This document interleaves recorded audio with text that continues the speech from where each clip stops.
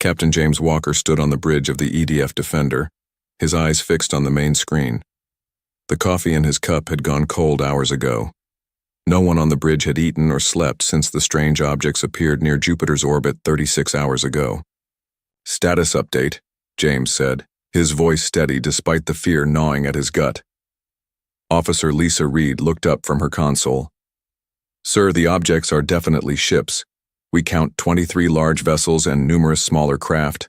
They're moving in formation toward Mars." James nodded. Humanity had only recently established its first real colonies on Mars and the Moon. These were mankind's first steps into the solar system.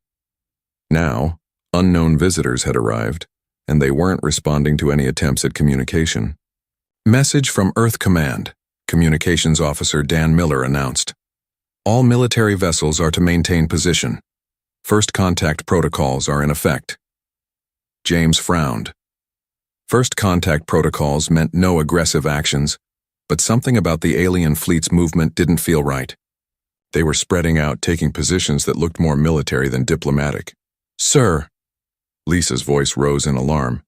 "Energy readings from the alien vessels. They're—" A flash of light cut her off as the nearest research station exploded. The bridge crew watched in horror as the alien ships fired on every human installation near Jupiter. "Battle stations," James ordered. "Send emergency alert to Earth Defense Force. We are under attack." The EDF Defender was just one ship, but James wasn't going to watch humanity's outposts be destroyed without a fight. As the ship moved to engage, more alerts flooded in. The aliens weren't just attacking the outer system. They had sent smaller, faster ships directly toward Earth. In the United Defense Council chamber beneath Geneva, Admiral Kate Thompson watched the holographic display with growing horror. The alien ships had bypassed Earth's orbital defenses using technology that seemed to bend space itself. Now they were in Earth's atmosphere, targeting military bases and power stations. "Casualties?" she asked, her voice tight. "Conservative estimate is 2 million in the first wave," General Harris answered, his face ashen. "They're hitting population centers now." The doors burst open as President Robert Mason entered with his security team. "Tell me we have a response ready," he demanded. Kate nodded grimly. "We've analyzed their attack pattern. Their weapons are powerful, but their defenses show a weakness when they fire. We've modified our nuclear delivery systems to target these weaknesses." "Then do it," the president ordered. "Save who we can." Kate turned to her command console and entered the authorization codes. Across Earth, hidden missile silos opened. The counterattack had begun. Dr. Tom Reed hadn't signed up for war. He was a physicist working on shield technology at the Luna base. Now he was frantically trying to understand the alien technology from the few sensor readings they had. "Look at this energy pattern," he told his team, pointing at the screen. "Their shields operate on a frequency rotation. There's a millisecond gap when they switch frequencies." His colleague, Dr. Anna Lee, nodded quickly. "If we could time our weapons to hit during that gap." "Exactly," Tom said, already sending the data to Earth Defense. "It's not much, but it might give us a chance." The alien commander, who called himself Vex Prime, was pleased with the initial assault. These humans were primitive, just as their scouts had reported. Their weapons barely scratched the Vex ship's shields, and their communications were in disarray. "Begin landing operations," he ordered. "Secure their resource centers and communication hubs. Any resistance is to be eliminated." His second-in-command looked troubled. "Prime, our scouts reported that these humans are unusually violent with each other. Perhaps we should—" "They are pre-space," Vex Prime dismissed the concern. "Their internal conflicts make them weak and divided. The Galactic Council will thank us for bringing this resource-rich system under control." The alarm sounded before his second-in-command could respond. "Multiple launches detected from the planet's surface." Vex Prime didn't look concerned. "Their primitive missiles can't penetrate our shields. Maintain attack pattern." Admiral Kate watched the missile tracks on her display. The aliens had made a critical mistake. They'd attacked Earth without understanding what humans were capable of. For centuries, humans had fought each other, developing increasingly deadly weapons. Now, facing extinction, all that knowledge was focused on a single enemy. First impact in 10 seconds. her tactical officer announced. The missiles approached the alien ships. As predicted, many were destroyed by the aliens' defensive systems, but Earth had launched hundreds, timed to arrive simultaneously. Some got through. The first explosion bloomed in the atmosphere over North America.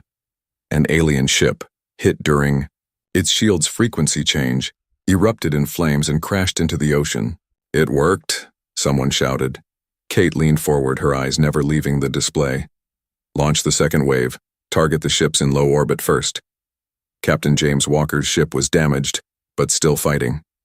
The EDF Defender had managed to destroy 2 smaller alien vessels using the new targeting data. Now they were moving to support the Earth Defense Forces. "Captain," Lisa called out, "Earth forces are making progress. The aliens are pulling back from low orbit." James allowed himself a small smile. "They didn't expect us to find a weakness so quickly. Sir, we're getting a transmission from Admiral Thompson. All ships are to converge on these coordinates." Dan displayed the target on the main screen. "We're going after their command ship." Vex Prime couldn't believe what was happening. These primitives had somehow identified the shield frequency shifts, something no other species they'd conquered had managed to do so quickly. "We've lost 12 ships," his second reported, fear evident in his voice. "The humans are coordinating their attacks planet-wide. They're targeting our ships during shield transition." "Impossible," Vex Prime hissed. "Increase our attack. Destroy their major cities. Break their will to resist." But it was too late. The humans had found their advantage and were pressing it ruthlessly. A massive barrage of missiles, followed by fighter craft, using the same targeting method, swarmed the Vex flagship. Shields failing? The warning came too late as the bridge exploded around Vex Prime. Within 12 hours of the counterattack beginning, the tide had turned. Earth's combined forces, joined by craft from the Moon and Mars colonies, pressed their advantage.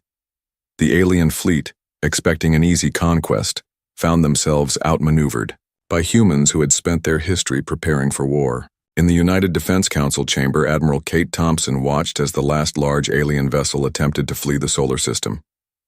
"Should we pursue?" General Harris asked. Kate considered for a moment, then shook her head. "No. Let one return. Let them bring a message back to whoever sent them." President Mason nodded in agreement. "Prepare a transmission. We'll broadcast it on their frequencies." An hour later, Kate stood before a camera. Her uniform was wrinkled, her face showed exhaustion, but her eyes burned with determination. "This is Admiral Kate Thompson of Earth Defense Force. This message is for those who sent this fleet to attack us. We did not seek this conflict. We did not know of your existence until you attacked without warning or provocation. Now you know of ours." She paused, looking directly into the camera. "This is Earth's first and final warning to all who would threaten us. We did not start this war, but we have ended it. Attack again, and you will be annihilated. We will not show mercy a second time." The message was sent along with detailed footage of the alien fleet's destruction, a warning to whoever had sent them. As the last alien ship limped away toward the stars, humanity began to rebuild, knowing that they were no longer alone in the universe and that the galaxy now knew they were not to be trifled with. Earth had survived first contact, but everyone knew this was just the beginning. The surviving Vex ship limped through space, its engines damaged and life support systems failing. On the command deck, Sub-Commander Rax had taken charge after Vex Prime's death. Half the crew was dead, and the rest were injured. Their mighty attack fleet had been destroyed by a species they had considered primitive. "How long until we reach Council space?" Rax asked, his voice rough from breathing smoke-filled air for hours. 3 days at current speed," the navigation officer replied. "If the engines hold." Rax nodded grimly. He had sent Earth's message and battle records ahead, transmitting them toward Galactic Council headquarters. The Council, an alliance of 12 advanced species, needed to know what had happened and what these humans were capable of. "They will pay," Rax muttered, staring at the stars.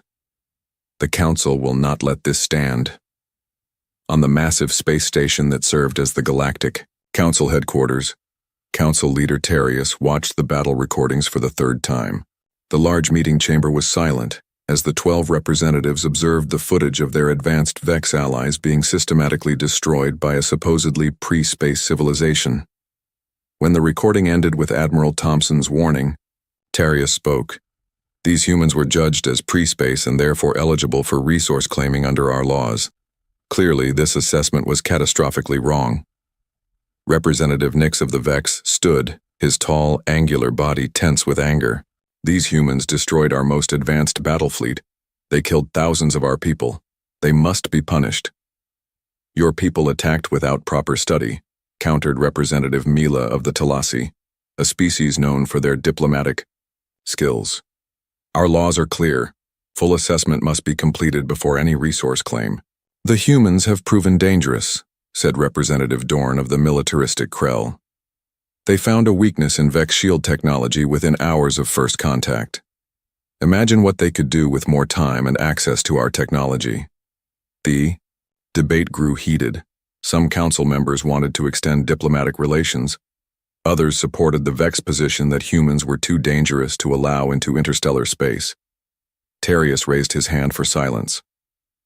We must approach this carefully. The humans have shown both technical ingenuity and military skill. They are clearly more advanced than our scouts reported. Then we should welcome them to the galactic community, suggested Mila. After they destroyed a council member's fleet? Nix hissed. That would show weakness. Tarius considered. I propose a compromise. We will send a diplomatic mission to Earth with council observers. We will express regret over the unauthorized Vex aggression and offer membership in the Galactic Council. And if they refuse? Asked Dorn. Tarius's expression hardened. Then we will be prepared. Secretly, we will assemble a war fleet, much larger than the Vex force. If diplomacy fails, we will ensure the humans cannot threaten galactic stability. The council voted. The measure passed. Unknown to the council, a human listening post on Pluto had detected the Vex transmission to council headquarters. Earth was already preparing. Admiral Kate Thompson studied the reports in her new office. After the battle, she had been named Earth's defense director, responsible for protecting the entire solar system. Play it again, she told her assistant. The captured alien transmission appeared on screen.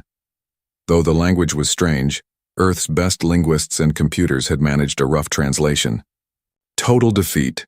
Humans found shield weakness. Request immediate council response. President Robert Mason entered the office, looking grave. What do you think they'll do? Kate turned off the screen. If they're smart, they'll leave us alone. But I doubt that will happen. They seem shocked that we defeated them. My guess is they'll send a bigger force next time. Then we need to be ready, Robert said. The United Nations has approved the expansion of the Defense Force. Every nation is contributing resources. Good, Kate nodded. We need to strengthen our position in the solar system, more defense platforms around the outer planets, and we need to understand their technology better. Dr. Reed is heading the research team studying the alien wreckage, Robert said. He's already made progress understanding their faster-than-light travel system. Kate stood and walked to the window, looking out at the rebuilt Geneva skyline. Earth had recovered amazingly fast after the attack. Nothing united humans like a common enemy. We need to prepare for either diplomatic contact or another attack, she said. I suspect they'll try talking first, but we'll be ready to attack if we don't agree to their terms. 1 year after the failed invasion, Earth's defenses had improved dramatically. The Moon and Mars colonies were heavily fortified. Asteroid bases provided early warning systems. Shipyards orbiting Earth produced vessels with improved weapons. Based on alien technology, Captain James Walker, now commanding the new flagship EDF Avenger, led a patrol near Neptune when his sensors officer spotted something. Sir, we have a contact emerging at the edge of the solar system. It's using the same kind of drive signature as the Vex ships. James tensed. Battle stations, alert Earth defense. But this ship was different, smaller, with less obvious weapons. It broadcast on multiple frequencies. Attention, people of Earth. This is Ambassador Lauren of the Talasi, representing the Galactic Council. We come in peace to establish diplomatic relations. The diplomatic mission arrived at Earth 1 month later, after careful scanning and escort through the solar system. Ambassador Lauren, a tall being with pale blue skin and 4 arms, led a delegation of various alien species into the United Nations headquarters in New York. The Galactic Council extends greetings to humanity, Lauren said through a translator device. We express our sincere regret for the unauthorized Vex aggression against your world. The Vex acted without Council approval, a serious violation of our laws. President Mason kept his expression neutral. We appreciate your regret, Ambassador. However, the attack cost millions of human lives. Lauren bowed slightly. We understand your anger. The Council offers reparations and, more importantly, knowledge exchange. We would like to invite Earth to join the Galactic Council as a developing member. Knowledge exchange? Admiral Thompson asked from her seat beside the President. Yes. Lauren smiled. Faster than light travel, medical technology, energy production, we have much to offer. The human delegation looked at each other. It was a tempting offer.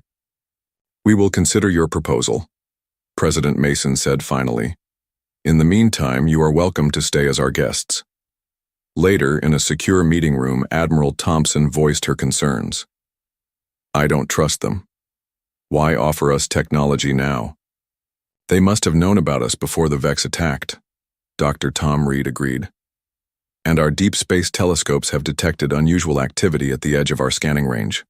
Large energy signatures consistent with a gathering fleet. President Mason frowned. So they offer friendship while preparing for war? It looks that way, Kate said. They're buying time.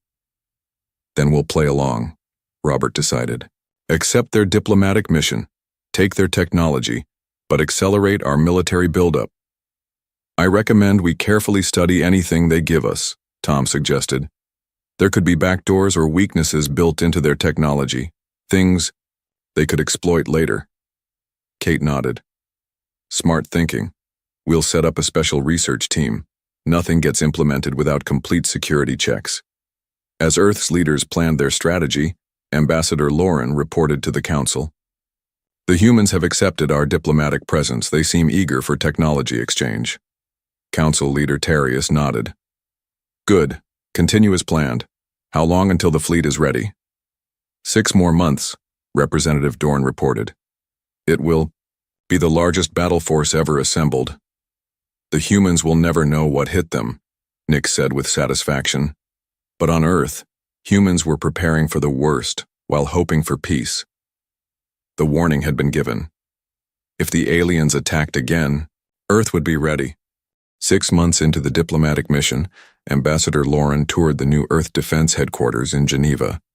The sleek building had been constructed on the site of the old facility, which had been damaged during the Vex attack. President Robert Mason walked beside her, pointing out features with practiced ease. And this is our main command center, Robert said as they entered a large room filled with screens and busy personnel. Lauren looked impressed. Your reconstruction has been remarkably fast. The Vex attack caused significant damage, yet you've rebuilt even better than before.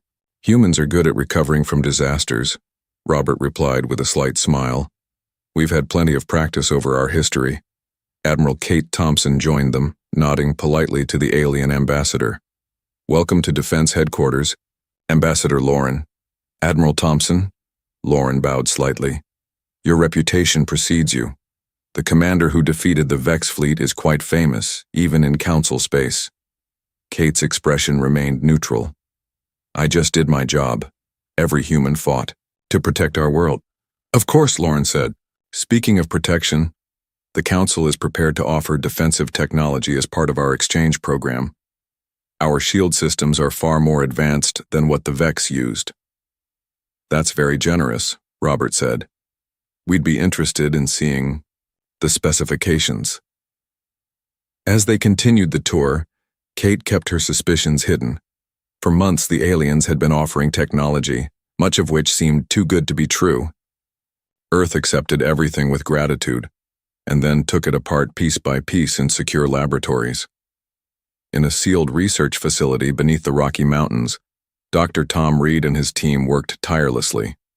The room was filled with alien technology, commie, systems, shield generators, and data storage devices. "I found another one," Dr. Annalee said, pointing to her screen. "There's a hidden transmission protocol in the communication system.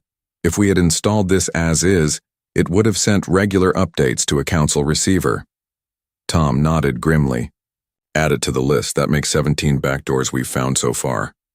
He looked at the alien shield generator they'd dismantled. "And this shield system has the same frequency vulnerability the Vex ships had, just better hidden." "They're setting us up," Anna said quietly. "If we'd implemented these systems, we'd be completely exposed when they decide to attack." Tom finished. "The good news is we're learning a lot about how their tech works. We can build our own versions without the vulnerabilities." "How's the FTL drive coming along?" Anna asked. Tom smiled for the first time that day. "That's our biggest breakthrough. We've figured out the basics of their faster-than-light travel. The prototype is being tested next week. If it works, we'll finally be able to build ships that can travel between stars." "Just in time," Anna replied, glancing at the monitor showing deep space telescope feeds. The activity at the edge of the solar system had increased in recent months. Something big was gathering out there. Ambassador Lauren sat alone in her quarters, at the diplomatic compound, recording her private report to the council. "The humans continue to be cooperative. They've accepted most of our technology offerings and appear to be implementing them into their defense systems. Their gratitude seems genuine, though Admiral Thompson remains cautious." She paused, considering her next words carefully. "However, I must express concern about their rate of technological adaptation. They're advancing much faster than projected. In just 6 months, they've made leaps that should take years.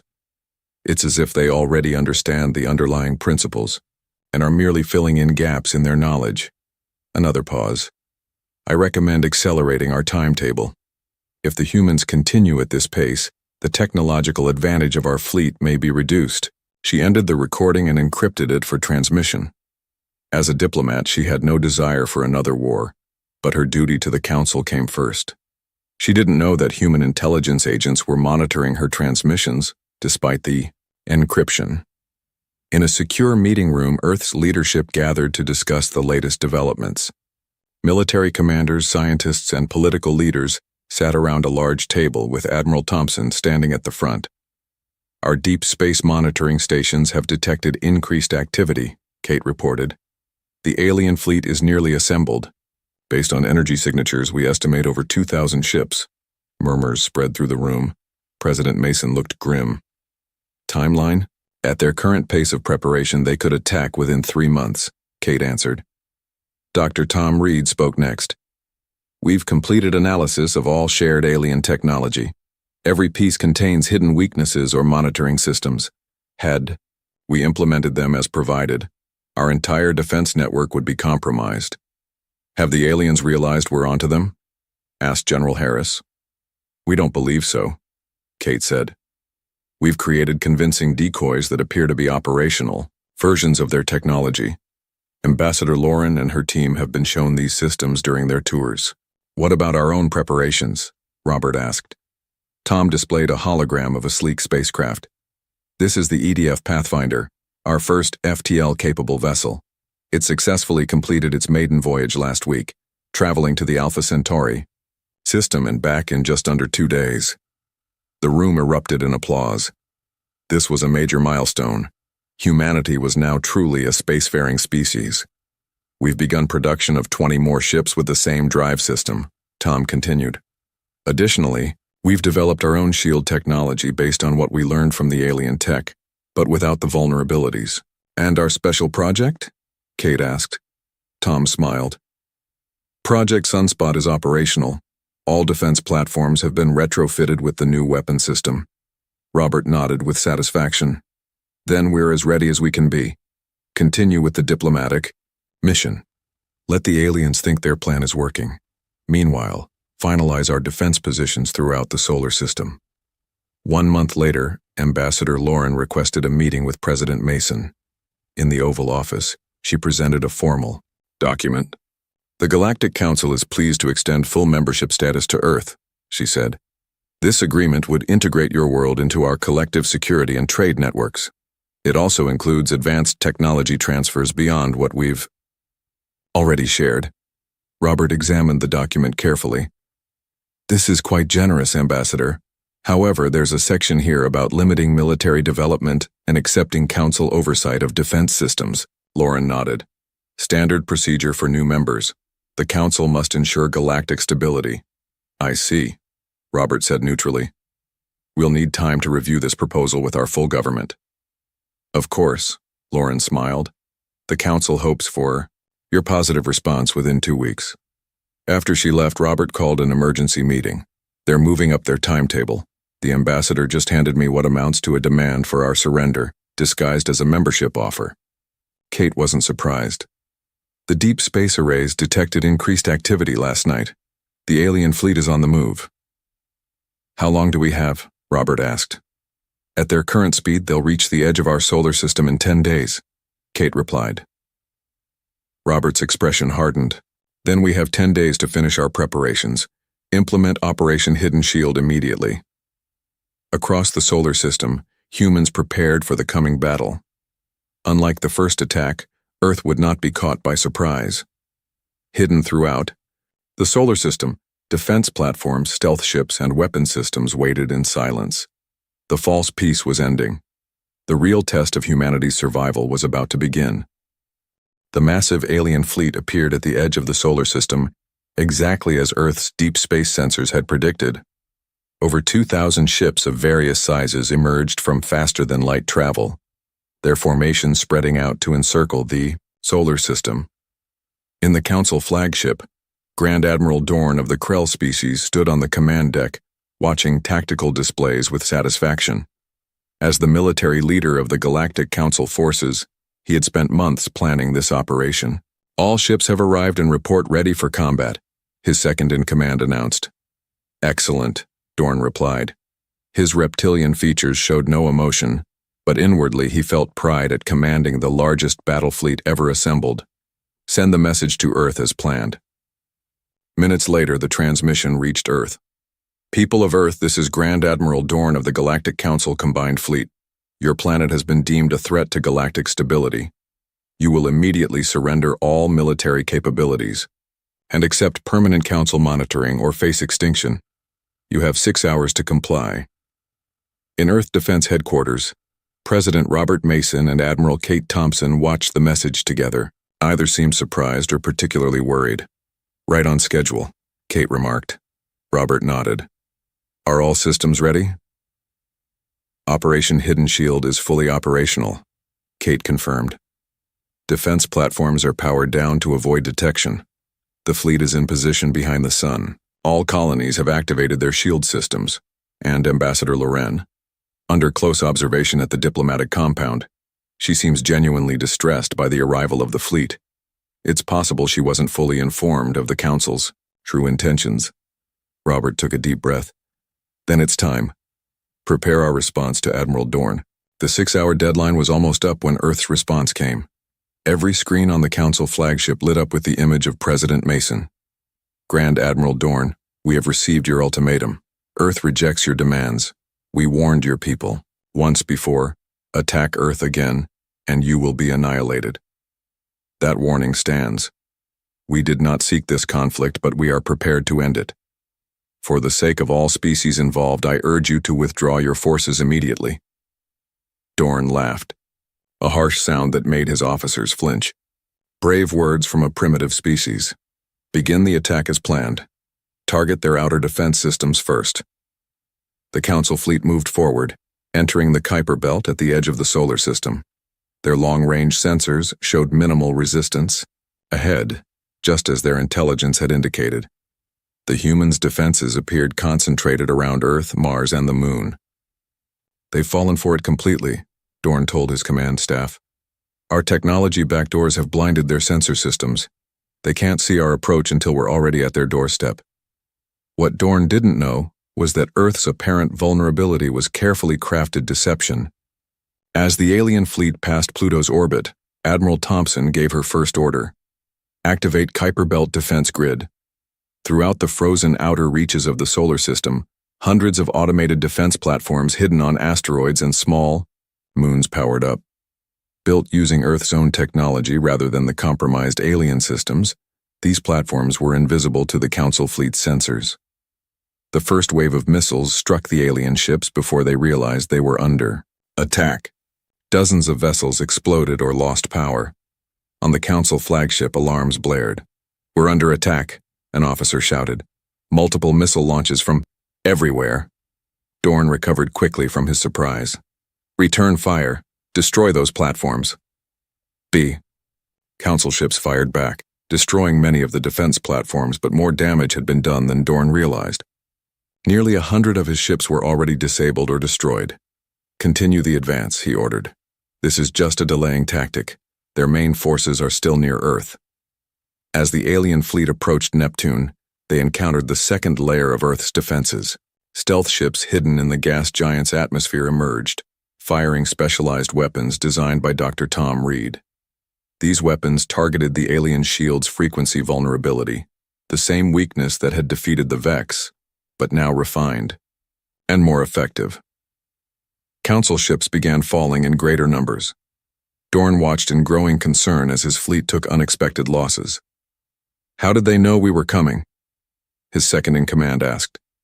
"Our plan was perfect." "They've been playing us," Dorn realized. "The technology we shared, they must have found the back doors." Despite the setbacks, the Council fleet pushed forward. They still outnumbered Earth's forces. By the time they reached Mars orbit, they had lost nearly 30% of their ships, but remained a formidable threat. "Prepare for the final approach to Earth," Dorn commanded. "All remaining ships, maximum firepower. We will overwhelm their defenses through sheer force." In Earth Defense Headquarters, Admiral Thompson watched the tactical display with intense focus. The alien fleet had taken significant damage, but was still dangerously powerful.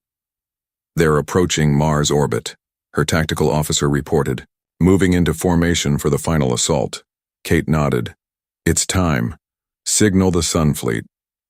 Across the room, President Mason watched as the display updated, showing new ship signatures appearing from behind the sun. This was Earth's masterstroke. Hundreds of ships hidden on the far side of the sun, shielded from alien detection. "Sun fleet reports ready," the communications officer announced. "Captain Walker awaits your command." "Tell him to execute attack. Pattern Omega," Kate ordered, "and activate Project Sunspot." On the bridge of the EDF Avenger, Captain James Walker received the order and turned to his crew. "This is it, people. Remember your training. For Earth." The Sun fleet moved with surprising speed, using gravity assists to slingshot around the sun and attack the alien fleet from behind. At the same time, Earth's orbital defenses powered up, revealing far more firepower than the aliens had expected. Grand Admiral Dorn stared in disbelief as his tactical display showed hundreds of Earth ships appearing behind his fleet. "Impossible," he growled. "Where did they get so many vessels?" "Admiral," his sensor officer called out in panic. "Energy spike from Earth. They're launching some kind of new weapon." From orbital platforms around Earth, powerful beams of concentrated solar energy, Project Sunspot, fired simultaneously. These weapons used the aliens' own shield technology against them, creating an implosion effect when the shields failed. Entire alien ships collapsed in on themselves. "We're trapped between their fleets," Dorn's second-in-command reported, fear evident in his voice. "Request new orders." Dorn saw his carefully planned attack falling apart. The humans had been prepared at every turn, countering tactics that should have guaranteed victory. "All ships, break formation," he ordered. "Retreat to minimum safe distance." For FTL jump. But the damage to many of his ship's engines made escape impossible. Earth forces closed in from all sides. The battle lasted 3 days. By the end, over 80% of the Council fleet was destroyed. The remainder, with damaged FTL drives, could not retreat and were forced to surrender. Grand Admiral Dorn, his flagship crippled and drifting, received the transmission from Earth. President Mason's face appeared on his screen, expression stern, but not triumphant. "Grand Admiral, your forces are defeated." Your remaining ships are surrounded. We offer one chance for surrender. Dorn, proud warrior though he was, recognized defeat. What are your terms? Unconditional surrender of all remaining vessels. Your crews will be treated according to our laws of war. After Dorn agreed, President Mason delivered Earth's message, broadcast, across all known galactic communication channels. To the Galactic Council and all spacefaring civilizations, we warned you once. There will not be a third warning. Attack Earth again, and the species responsible will cease to exist. We did not seek war among the stars, but we will defend ourselves by any means necessary. As the message spread across the galaxy, the balance of power began to shift. Earth was no longer just another world, it was a force to be reckoned with. The Council headquarters was in chaos. Emergency meetings had been called as news of the fleet's defeat spread throughout galactic space. In the main chamber, the representatives of the 12 species argued loudly about what to do next. "This is unprecedented," shouted Representative Nix of the Vex. "No species has ever defeated a full Council fleet. The humans not only defeated us, they captured our ships and crews," added Representative Jor of the Meson. "They now possess our most advanced technology." Council leader Tarius called for order. His normally composed demeanor showed signs of strain. "We must face facts. The operation against Earth has failed catastrophically. Grand Admiral Dorn is a prisoner, along with thousands of our personnel." "What of Ambassador Lauren?" asked Mila of the Talasi, concerned for her fellow diplomat. "She remains on Earth," Tarius replied. "The humans have not harmed the diplomatic mission, though they are restricting their movements." Nix slammed his fist on the table. "We must build another fleet, a larger one. The humans cannot be allowed to defy the Council." Before anyone could respond, an aide rushed into the chamber. "Leaders, we have reports of attacks on Council outposts in 3 different systems." The chamber fell silent. "What kind of attacks?" Tarius asked quietly. "Military strikes, precise and targeted. The attackers destroyed defense systems and weapons facilities, then withdrew. Witnesses describe ships matching human designs but moving faster than should be possible." Tarius closed his eyes briefly. "It has begun. The humans are not waiting for us to attack again. They've taken the war to us." Admiral Kate Thompson stood on the bridge of the EDF Defender, now upgraded with technology reverse-engineered from captured alien ships. Through the viewscreen, she watched as Earth ships emerged from FTL travel near a major Council shipyard. "All ships report ready, Admiral," Captain James Walker said from his position at Tactical. Kate nodded. "Begin the operation. Remember, we target military assets only, no civilian casualties." The Earth fleet moved with precision, launching targeted strikes against the shipyard's defense systems, weapons platforms, and construction bays. The Council forces were caught by surprise, unable to mount an effective defense against the swift, coordinated attack. Within hours, the shipyard was disabled, its capacity to build warships destroyed. The Earth fleet disappeared back into FTL before significant reinforcements could arrive. This was the 3rd such operation in 2 weeks. Earth had studied the maps from captured Council databases and identified key military installations throughout Council space. Each strike weakened the Council's ability to wage war. "Set course for the rendezvous point," Kate ordered. "Prepare for the next target." On Earth, President Robert Mason met with the newly formed Interstellar Strategy Council. Representatives from all Earth nations sat around a large table, along with military leaders and scientists. "The first phase of Operation Defensive Reach has been completed successfully," Robert announced. Admiral Thompson reports that 12 major Council military installations have been neutralized. Their ability to launch another attack against Earth has been severely reduced. "What about the captured aliens?" asked one of the Council members. "They are being treated according to international law," Robert replied. "Dr. Reed has begun discussions with those willing to cooperate, particularly scientists and engineers. We're learning a great deal about Council technology and structure." "And Ambassador Lauren?" "She has requested a meeting. I believe she may be ready to discuss terms." The meeting was interrupted by an urgent message. "Mr. President, we're detecting multiple rebellions in Council space. Several subject worlds have declared independence and are fighting against Council forces.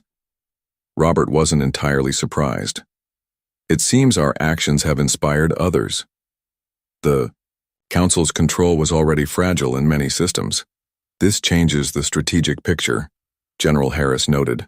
With internal rebellions to deal with, the Council will be even less able to threaten Earth. Robert nodded thoughtfully. It's time for the next phase. Prepare for my meeting with Ambassador Loren. The Vex homeworld was in panic as Earth ships appeared in orbit. Unlike previous strikes, this wasn't a hit-and-run attack. The entire Earth fleet, now nearly 500 vessels, surrounded the planet. In the Vex High Command Center, military leaders watched in horror as their orbital defenses were systematically disabled. We cannot fight them, the Supreme Commander admitted. Our weapons are ineffective against their shields. A communication request came through on all channels. Admiral Kate Thompson's face appeared on the main screen. People of Vex, your forces attacked Earth without provocation. The Galactic Council, at your urging, attempted to finish what you started. Both attacks failed. Now you face the consequences. The Vex leaders waited for the announcement of their destruction. Instead, Kate continued, Earth does not desire the extinction of your species. We offer terms. Surrender all military assets. Accept restricted technological development under Earth supervision. Withdraw from all conquered worlds in your territory. Meet these conditions, and your planet will be spared. It was not a negotiation. It was an ultimatum. The Supreme Commander looked at his colleagues, then back at the screen. We accept your terms. One by one, Council races faced similar choices as Earth forces appeared at their homeworlds. One by one, they surrendered.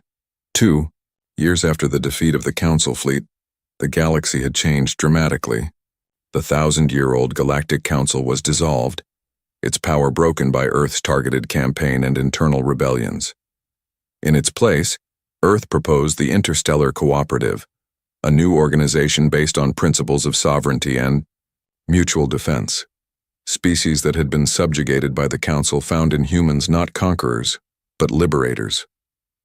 On the 5th anniversary of the first Vex attack, representatives from 27 species gathered on Earth to sign the Cooperative Charter.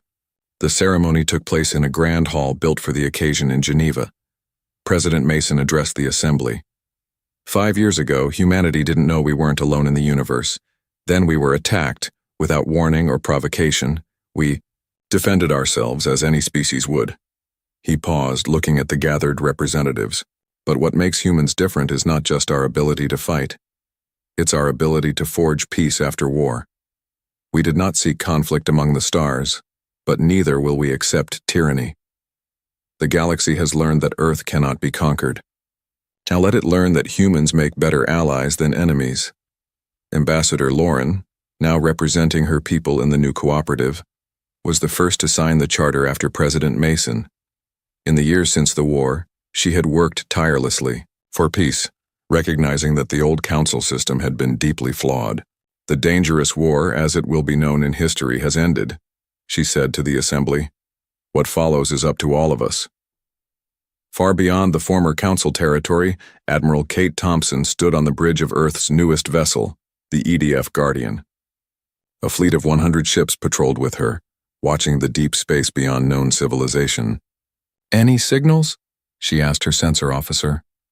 Nothing yet, Admiral. All quiet. Kate nodded but remained vigilant. The galaxy was vast, and the Council had been just one power among many possible civilizations. Earth had won its place among the stars, but the universe held many unknowns. Maintain patrol pattern, she ordered. We'll continue watching. Earth had learned a hard lesson. The universe could be hostile, but humanity had proven equal to the challenge. They had not only survived but thrived, transforming from a single isolated world to the center of a new galactic order. As Kate looked out at the stars, she felt both pride and responsibility. Earth had given its warning to the galaxy: attack, again, and be annihilated. But the dangerous war had shown that humans could be more than just warriors. They could be builders, teachers, and allies. The legacy of the war would be peace, a peace protected by the knowledge that Earth would always stand ready to defend itself and its friends among the stars. The end. Captain James Walker of the Earth Defense Fleet could not believe his eyes. On the main screen of his command ship, the Defender, a massive alien vessel hung in space above Earth. It was at least 5 times larger than the biggest ship humans had ever built. Its dark metal hull reflected no light, making it look like a hole cut into the fabric of space itself. "How long has it been there?" Walker asked, his voice steady despite his racing heart. Lieutenant Susan Miller looked up from her station. 3 days, sir. It appeared without warning. Our sensors didn't detect its approach." Walker nodded slowly. The alien ship had arrived while he was on leave. He had been called back to duty immediately, cutting short his first vacation in 3 years. "And they've made contact?" "Yes, sir. Twice already." Miller's face showed her worry. "They call themselves the Galactic Empire. Their messages have been direct." Walker straightened his uniform jacket. "Show me." Miller tapped at her control panel. The main screen changed to show a strange face. The being had dark green scales instead of skin. Its eyes were large and yellow with vertical pupils like a cat's. When it spoke, rows of small, sharp teeth flashed. "I am Lord Drac, commander of the Imperial Vanguard Fleet. Your planet is now under Empire control. Your resources belong to us. Your people will serve. This is the way of the Empire. This is the way of the galaxy." The message was short. Too short. Walker frowned. "That's it? No room for talk? No chance to learn about each other?" "No, sir," Miller replied. The second message was the same, just with a deadline. "They want our answer in 24 hours. That was yesterday. Walker checked the time. "So we have about 6 hours left." He paced across the bridge, thinking. Earth had only developed space travel 50 years ago. The defense fleet was new, built to protect Earth from asteroids and to explore the solar system. Their ships had weapons, yes, but nothing that could match what sensors said the alien vessel carried. "Are they hailing us again?" Walker asked. If on cue, Miller's console beeped. "Yes, sir, coming in now." "Put them through." The screen changed again to show Lord Drac. Up close, Walker could see strange metal devices attached to the alien's head, pulsing with blue light. "Captain Walker," Drac said, his voice deep and rumbling, "your leaders tell me you speak for Earth's defense." Walker stood tall. "I am one of many who work to keep Earth safe, yes." Drac's yellow eyes narrowed. "Then you will deliver your planet's surrender. The Empire has claimed this world. Your resources are needed for our expansion. Your people will serve as labor. This is generous. Many worlds received no such offer." Walker kept his face calm, though anger burned inside him. "Lord Drac, Earth respectfully declines your offer. We propose instead a trading partnership that would—" "Impossible," Drac cut him off. "You have no power here. Your weapons are toys compared to Imperial technology. We have conquered 10,000 worlds. Yours is nothing special." "Every world is special to those who call it home," Walker said quietly. Drac made a sound like rocks grinding together. Walker realized the alien was laughing. Home. A primitive concept. The Empire is home. All else is resource. Drac leaned closer to whatever device was capturing his image. "You have 24 hours to surrender, or we begin destroying your cities one by one." The screen went black. Walker turned to his bridge crew. Their faces showed fear, anger, and determination all at once. "Get me Admiral Gray and the United Earth Council," he ordered, "and tell Dr. Thomas to meet me in the lab immediately." Walker strode into the main science lab aboard the space station that orbited Earth. Screens lined the walls, each showing different data about the Imperial ship. Dr. Anna Thomas didn't look up from her work when he entered. She was tall and thin, with gray hair tied back tightly. Her hands moved quickly over a control panel. "Captain," she said, still focused on her work. "About time you got here." Walker had known Dr. Thomas for 15 years. She didn't waste time with formalities. It was one of the things he liked about her. "What have you found?" he asked, moving to stand beside her. Now she looked up, her eyes bright with excitement. "Something amazing, James. Something that might save us all." She pointed to a screen showing energy readings from the Imperial ship. "Look at these patterns. Their ship puts out more power than our entire planet uses in a year. But it's not normal energy. They're pulling it directly from, well, the best way to describe it is another dimension." Walker studied the readings. "Is that even possible?" "Apparently so. And they've been using this technology for thousands of years based on how refined it is." She tapped another screen. "But here's the interesting part. All that energy flows through these structures." The screen showed what looked like crystal formations throughout the alien ship. "What are they?" "Some kind of energy-focusing crystals.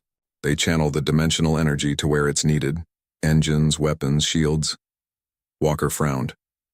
"That's fascinating, Doctor. But how does it help us? Their ship still outguns our entire fleet."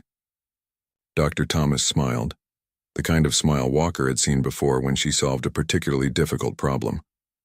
"Because I've found their weakness." She pulled up another set of data.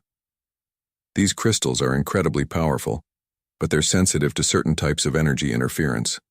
If we can generate the right frequency pattern, we could disrupt their entire power system." Hope sparked in Walker's chest for the first time since seeing the Imperial ship. "You're saying we could disable their vessel?"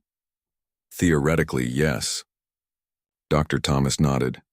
"We'd need to create a device that emits a precise frequency pattern. It would cause a feedback loop in their crystal network." "How long would it disable them for?" "That's the best part." Her smile grew wider. "If my calculations are correct, it wouldn't just temporarily disable the ship. It would permanently lock their energy systems in a disrupted state. Their weapons, their engines, everything would shut down and stay down." Walker's mind raced with the possibilities. "Can you build such a device?" "With help, yes. But we'd need to get it close to their ship to maximize its effect."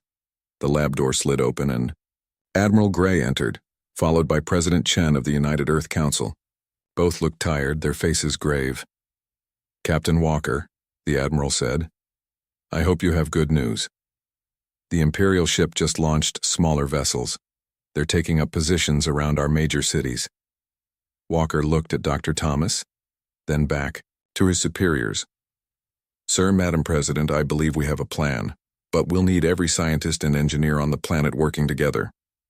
President Chen's eyes narrowed. "Explain." As Dr. Thomas outlined her discovery and proposed solution, Walker watched the expressions of the two leaders change from doubt to cautious hope. "How quickly can this device be built?"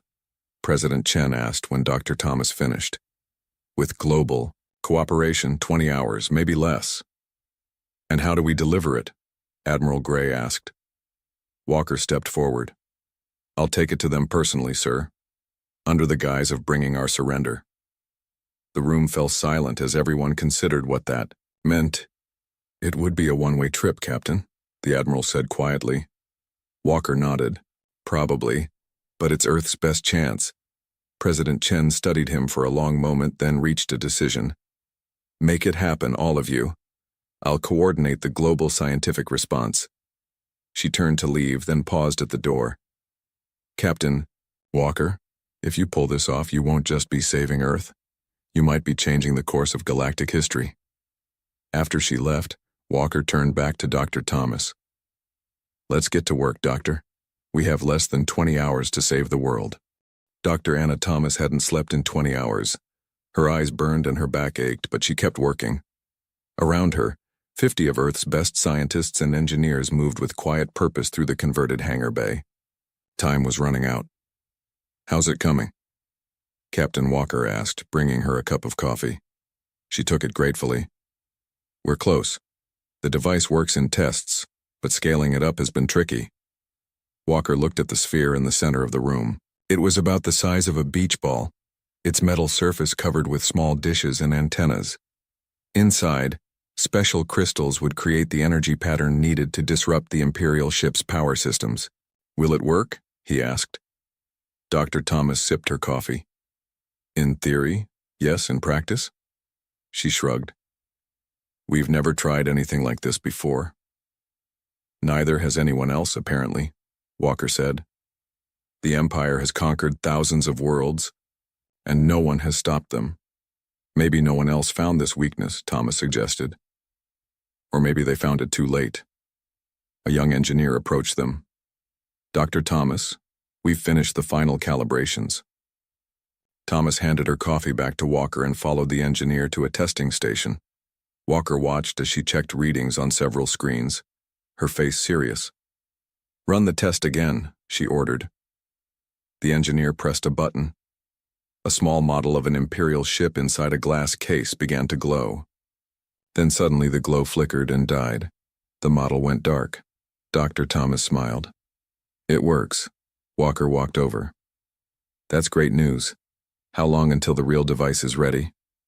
1 hour, she said. Then we need to install it on your shuttle. Walker nodded. The plan was simple but dangerous. He would take a small team on a shuttle to the Imperial ship, claiming to bring Earth's surrender. Once aboard, they would activate the device, which they now called the lockout pulse. I'll get my team ready, he said. As he turned to leave, Thomas caught his arm. James, I've been thinking. If we can build multiple smaller versions of the pulse, we could place them on other shuttles. What good would that do? Our scans show the Empire has 15 smaller ships positioned around Earth. If we target all of them at once, we could disable their entire fleet, not just the main ship. Walker's eyes widened. That would change everything. But how?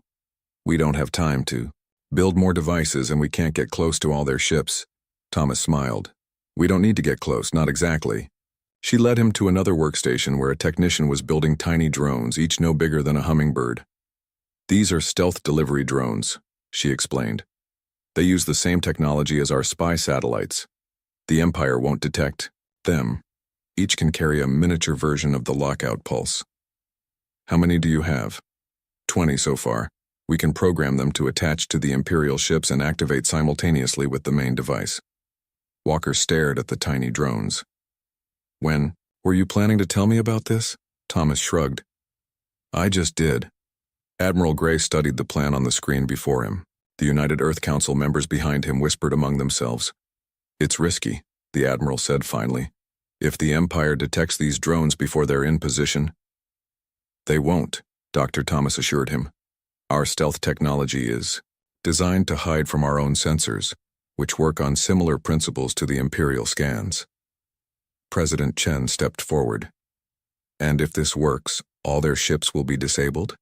Permanently? Based on our tests, yes, Thomas said. The crystal networks in their ships will lock in a disrupted state. They'll have life support and basic functions, but no weapons, no engines, no shields. And no way to call for help, Walker added. The room fell silent as everyone considered what this meant.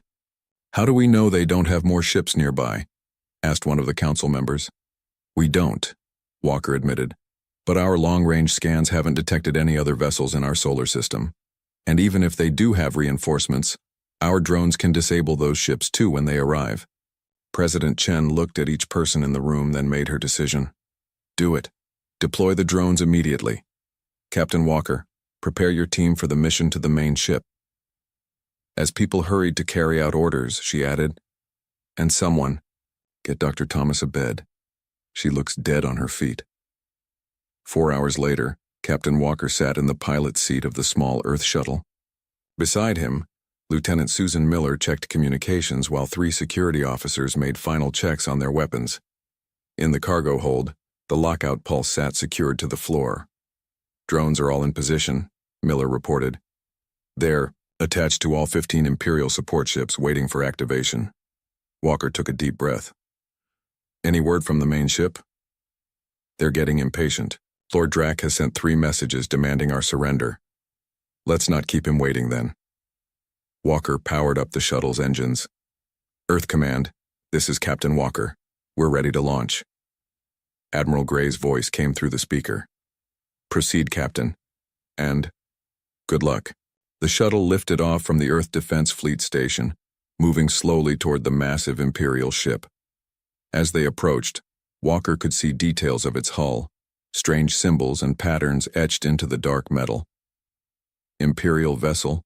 This is Earth Shuttle requesting permission to dock, Walker transmitted. We bring our formal response to your terms. There was a long pause before Lord Drax's voice responded. Permission granted. Approach docking bay 3. Miller looked at Walker. That was too easy. They think they've won, Walker said. They have no reason to suspect anything. The shuttle moved into position, guided by lights that appeared on the Imperial ship's hull. A massive door opened, revealing a hangar large enough to hold dozens of Earth shuttles. Remember the plan, Walker told his team as they prepared to land. We act defeated. We ask to speak to Lord Drax personally, to deliver our surrender. Once we're in the command center, we activate the pulse. The shuttle touched down with a gentle bump. Through the view screen, Walker could see tall, four-armed aliens in armored suits waiting for them. Showtime, he said quietly. The team left. The shuttle, leaving the lockout pulse hidden inside. The Imperial guards surrounded them immediately. Each alien stood nearly 7 feet tall, with the same scaled skin as Lord Drax, though their scales were lighter in color. You will follow, one guard said in rough English. No weapons allowed. Walker and his team handed over their sidearms without protest. As planned, Miller kept the small activation device hidden in her sleeve. The aliens led them through corridors lit with blue light. Walker memorized their path, noting details of the ship's interior.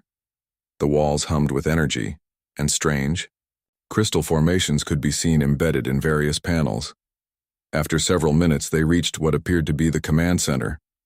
Lord Drax stood on a raised platform surrounded by officers working at crystal control panels. Captain Walker, Drax said, his yellow eyes gleaming.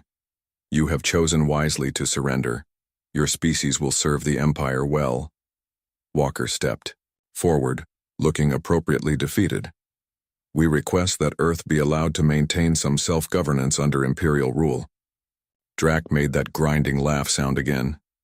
You are in no position to make requests. Where are your surrender documents? We have prepared them, Walker said. He glanced at Miller, who nodded slightly. The drones were ready. But first, I bring Earth's formal response to your demands.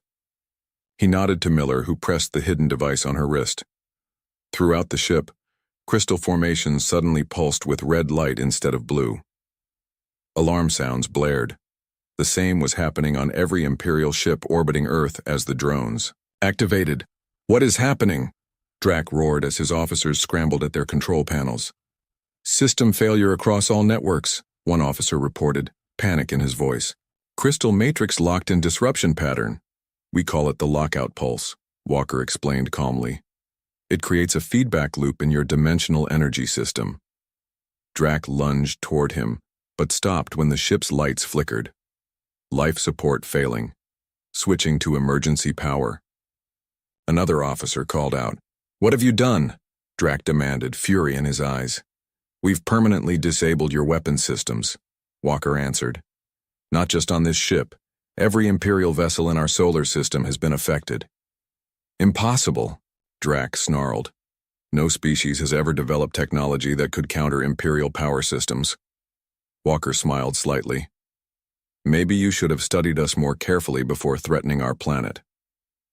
Lord Drax's yellow eyes burned with rage. Around him, his command center was in chaos. Officers rushed between stations, trying to restore power to weapons and engines. Nothing worked.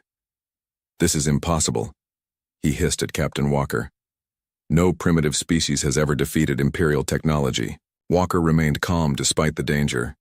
His team stood close together, ready for whatever came next. We didn't want to defeat you, Lord Drax. We wanted to talk as equals.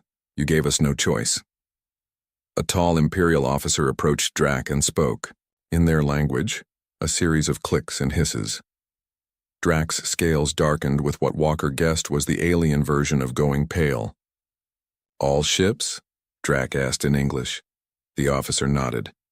All Imperial vessels in the system report the same condition. Weapons offline. Engines offline. Long-range communications offline.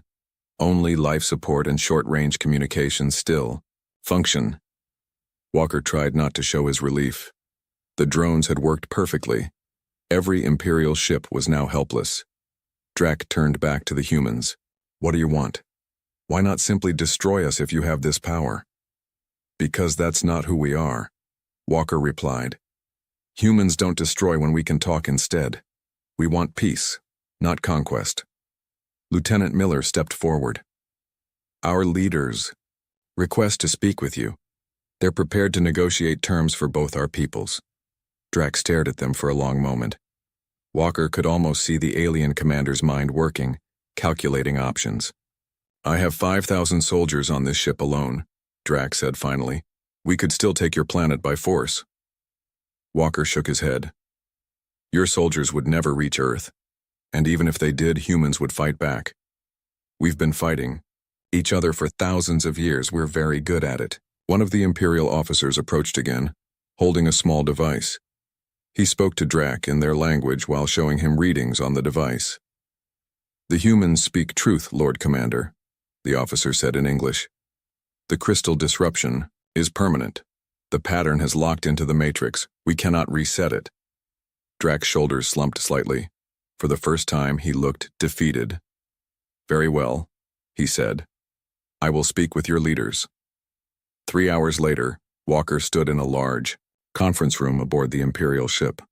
A massive view screen showed the United Earth Council chamber in New York. President Chen sat at the center of a long table, with Admiral Gray and military leaders from around the world beside her. Dr. Thomas sat at one end, looking exhausted, but proud. On the other side of the conference room, Lord Drac and his senior officers watched with expressions Walker couldn't read. 2 human guards and 2 Imperial guards stood at each door. Lord Drac, President Chen began. Thank you for agreeing to these talks. Drac made a gesture with his upper arms. I had little choice, Madam President. Your weapon has left my fleet powerless. Not a weapon, Dr. Thomas corrected from her end of the table. A defensive measure. One that wouldn't have been necessary if you had approached us peacefully. Drac's scales rippled. The Empire does not approach. The Empire takes. That time is over, Admiral Gray said firmly. At least in this solar system. President Chen raised a hand to quiet her colleagues. Lord Drac, we want to understand your empire better. How many worlds have you conquered? 10,342 inhabited planets have joined the Empire, Drac replied. Walker noted his choice of words. Joined, instead of been conquered. And these worlds, President Chen continued, do they all serve as resource planets and labor forces? Drac hesitated. Most provide resources. Some with useful species provide technology or knowledge. All serve the Empire's needs. And what does the Empire give in return? The question seemed to confuse Drac. Give? The Empire takes. That is the natural order. Walker watched President Chen's face. She looked sad rather than angry. On Earth, she said gently, we have learned that taking without giving is not sustainable. Relationships between people or planets must benefit both sides to last. An Imperial officer leaned close to Drac and whispered something. Drac nodded. Your idea is strange to us, he admitted. But we are willing to listen. Our situation leaves us little choice. President Chen smiled. Excellent. Here are our terms. First, the Imperial fleet will remain in Earth orbit, but under joint human-Imperial control. Second, you will share information about the galaxy and other civilizations. Third, we will establish a fair trading system between Earth and your empire. Drac's eyes narrowed. And what do we receive in return? We will not share the crystal disruption technology with other worlds in your empire. The room fell silent. Walker saw the Imperial officers exchange glances. This was the leverage Earth needed. You would keep such knowledge to yourselves? Drac asked finally. For now, President Chen replied. as a gesture of good faith. But understand this, Lord Drac. If your empire attacks Earth again, or if we learn you have attacked any other world after today, we will share this technology with every planet in the galaxy. Drac stood very still, considering. Then he made a formal gesture with all four arms. The Empire accepts these terms, he said. 2 days later, Walker sat with Dr. Thomas in her lab, watching technicians examine parts from an Imperial shuttle. The aliens had agreed to share some of their technology as part of the new agreement. Can you believe how quickly things changed? Thomas asked, sipping her coffee. She had finally gotten some sleep and looked much better. Walker nodded. From facing destruction to negotiating with an empire in less than a week. It's hard to process. The president wants to send a delegation to the Imperial capital world, Thomas said, to establish formal diplomatic relations. Are you going? She smiled. They asked me to lead the science team. Apparently I'm the galaxy's expert on Imperial crystal technology now. Walker laughed. Well deserved. You saved Earth, Anna. We all did. She set down her coffee cup. The real work is just beginning, though. The Empire has ruled through fear for thousands of years. Changing that won't happen overnight. Before Walker could respond, his communication device beeped.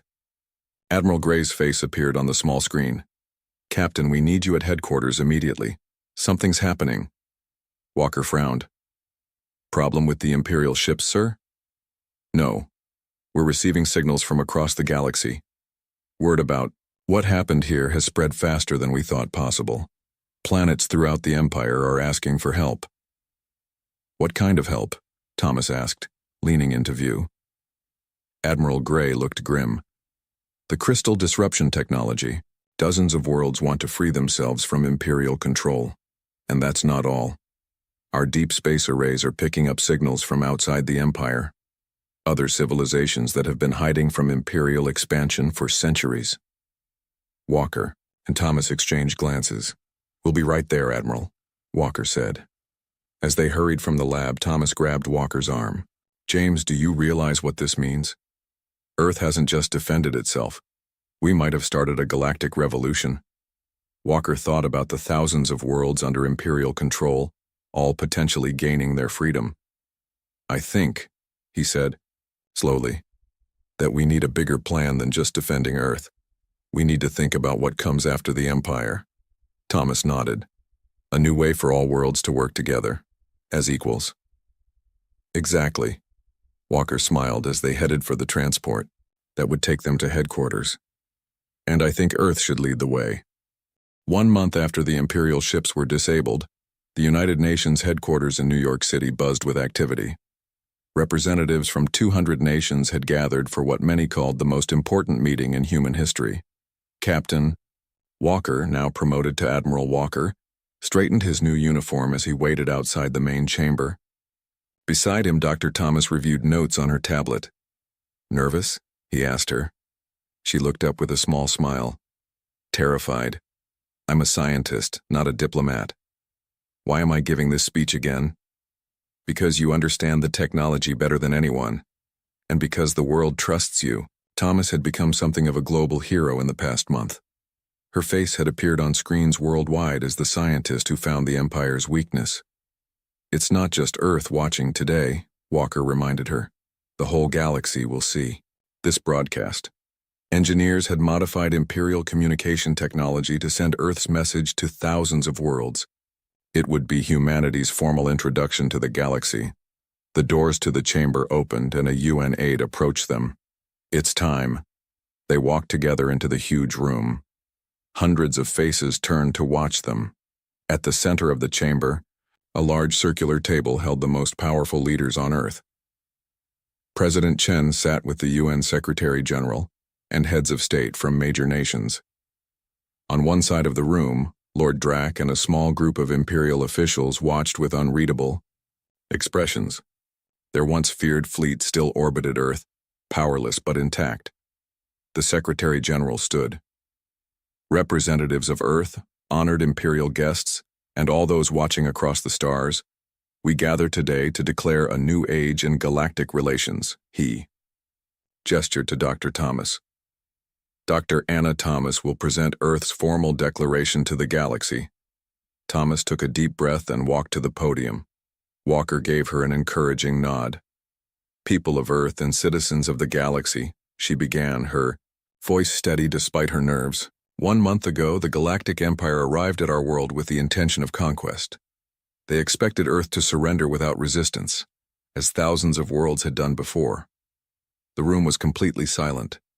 On screens around the chamber, Walker could see the broadcast being translated into dozens of Earth languages. He wondered how many alien languages were also receiving the message. Instead, Thomas continued, Earth found a weakness in Imperial technology that no one had discovered in 10,000 years of Empire rule. We could have used this knowledge to destroy the Imperial fleet. Many argued that we should. She paused, looking directly at Lord Drac. But destruction is easy. Building something new is harder, and more worthy of our efforts. Thomas pressed a button on the podium.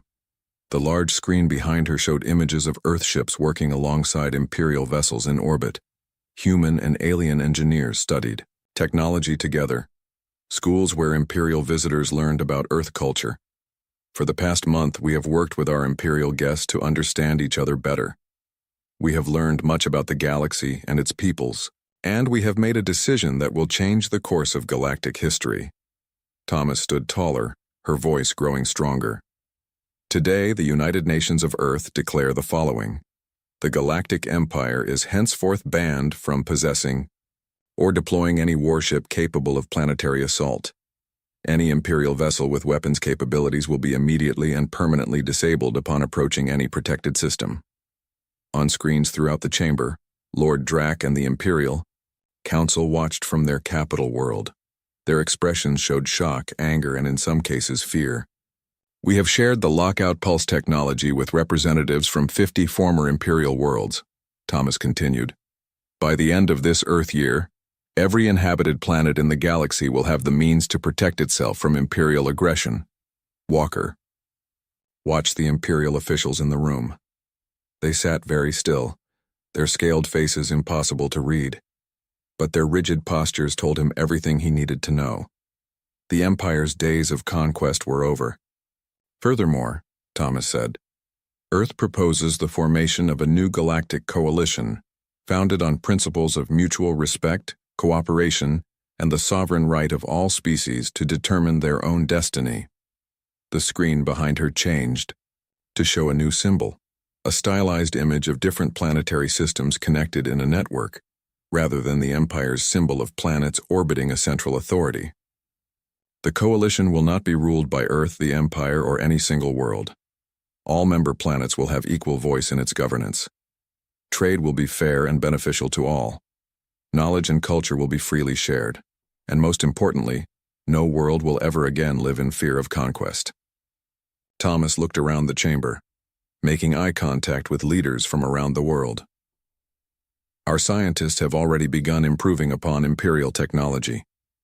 We have discovered ways to extract dimensional energy more efficiently and safely than Imperial methods. We offer these advances to all worlds who join our coalition. Walker felt pride swell in his chest. In just 1 month, Earth scientists had not only understood Imperial technology but had improved it. Dr. Thomas had led that effort, working day and night with teams from dozens of countries.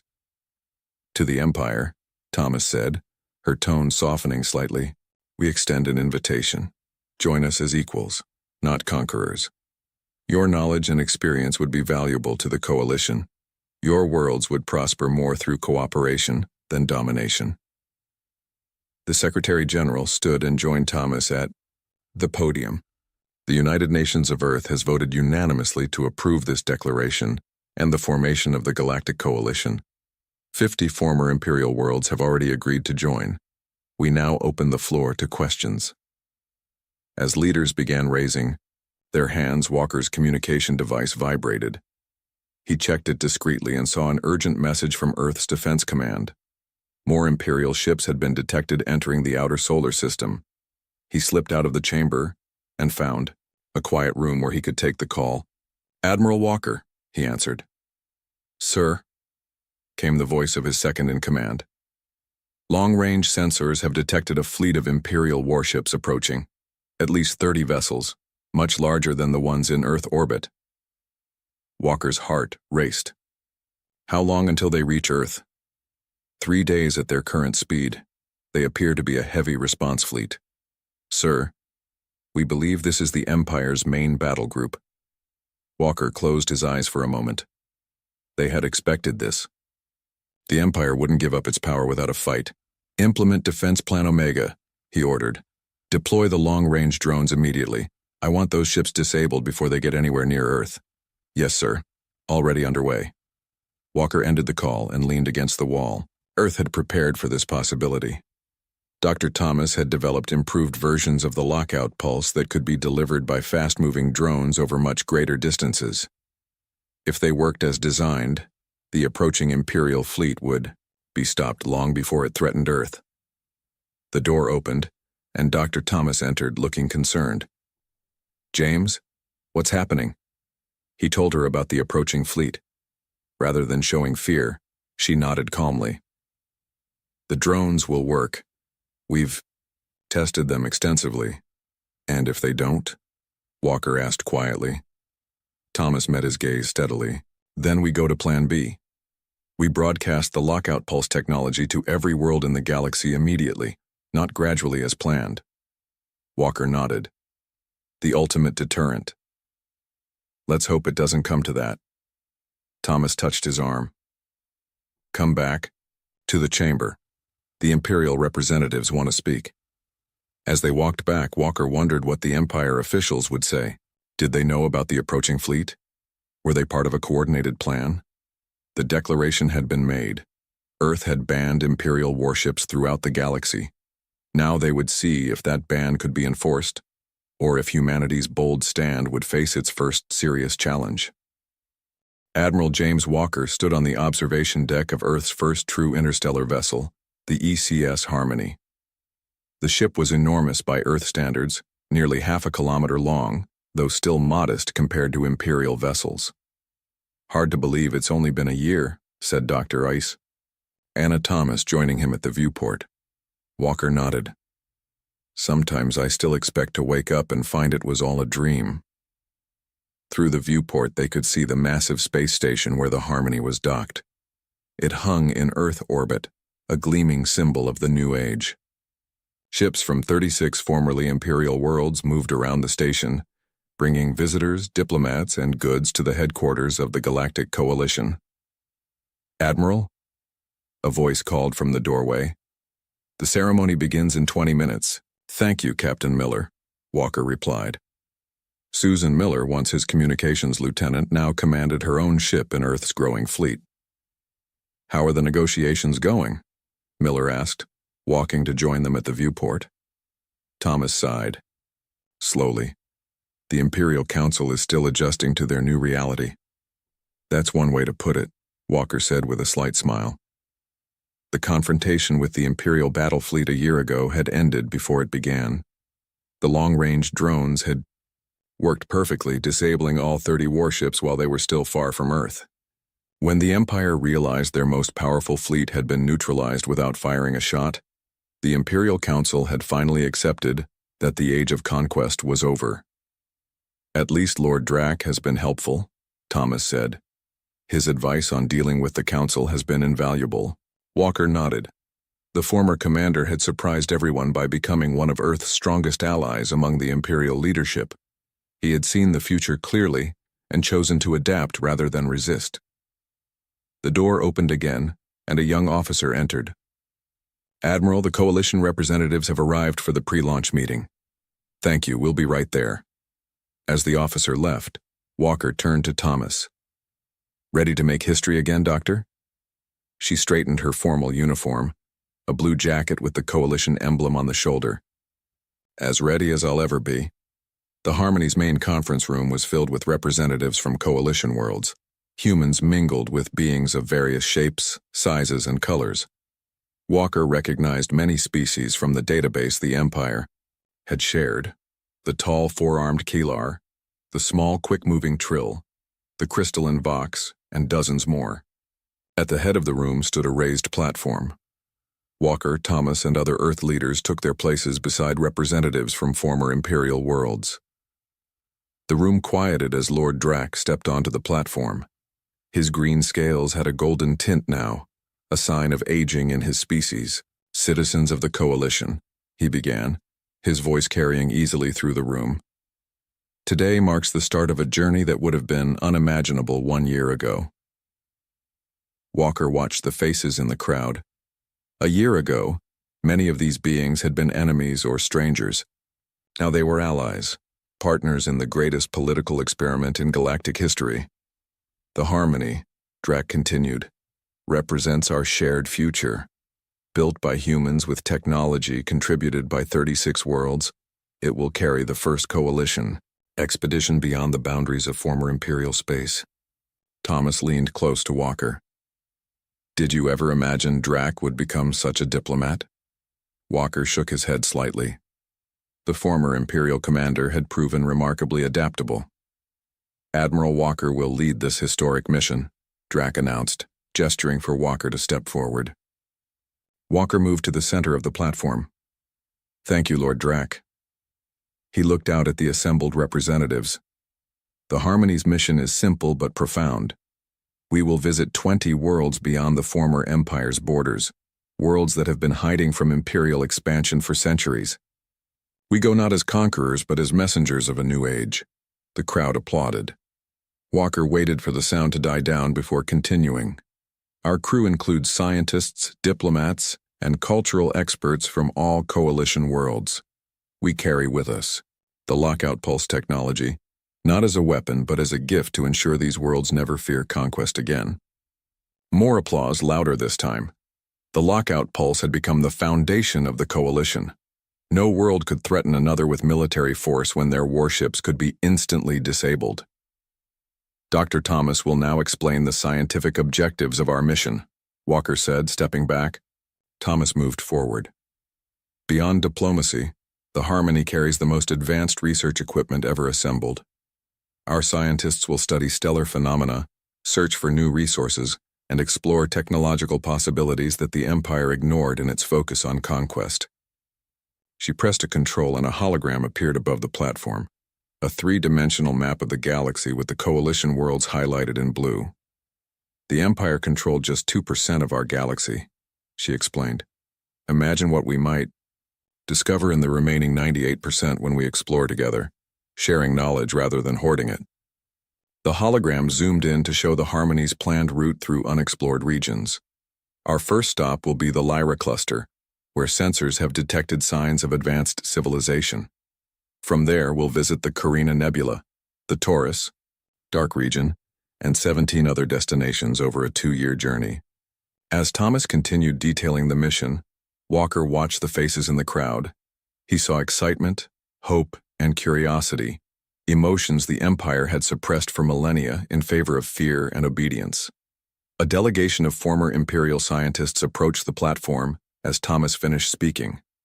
Their leader, a younger member of Drac's species named Krell, stepped forward. "Admiral Walker," Krell said respectfully, "my team has completed the final modifications to the Harmony's propulsion system. With the refinements to the dimensional energy extractors, the ship will travel 3 times faster than any Imperial vessel ever achieved." "Thank you, Mentor Krell," Walker replied with the proper formal title. "Your contributions have been invaluable." As the delegation departed, a human representative stepped up to the podium, the UN Secretary General. "Before we conclude this ceremony," he announced, "I have important news to share. The Imperial Council has just transmitted their final decision regarding the Coalition Charter." The room fell completely silent. This was the moment everyone had been waiting for. Would the Empire formally join the Coalition as an equal member, or would they remain separate, clinging to the remnants of their former power? The Secretary General smiled. "By unanimous vote, the Imperial Council has ratified the Charter. The Galactic Empire is no more. In its place, the former Imperial capital world of Drosha will join the Coalition as an equal member, with the same rights and responsibilities as all other worlds." The room erupted in cheers. Walker felt Thomas grab his arm in excitement. "They actually did it," she whispered. The Empire is truly over. Walker nodded, too moved to speak. The peaceful transition no one had thought possible had finally happened. As the celebration continued around them, Walker and Thomas stepped away to a quieter corner of the room. "You know what still amazes me?" Walker said softly. "We didn't just defend Earth. We changed the fundamental nature of galactic civilization." "That's humanity for you," Thomas replied with a smile. "We've always been better at building than destroying." Walker looked out the viewport at Earth, beautiful and blue against the blackness of space. "Tomorrow we leave all this behind. 2 years exploring the unknown." "Scared?" Thomas asked. Walker considered the question. "No," he said finally. "For the first time since the Imperial ships appeared, I'm just excited. The galaxy isn't something to fear anymore. It's something to discover." The Harmony's engines hummed to life, preparing to carry humanity and their new allies into a future brighter than any species had dared imagine before Earth declared the impossible and made it reality. The end.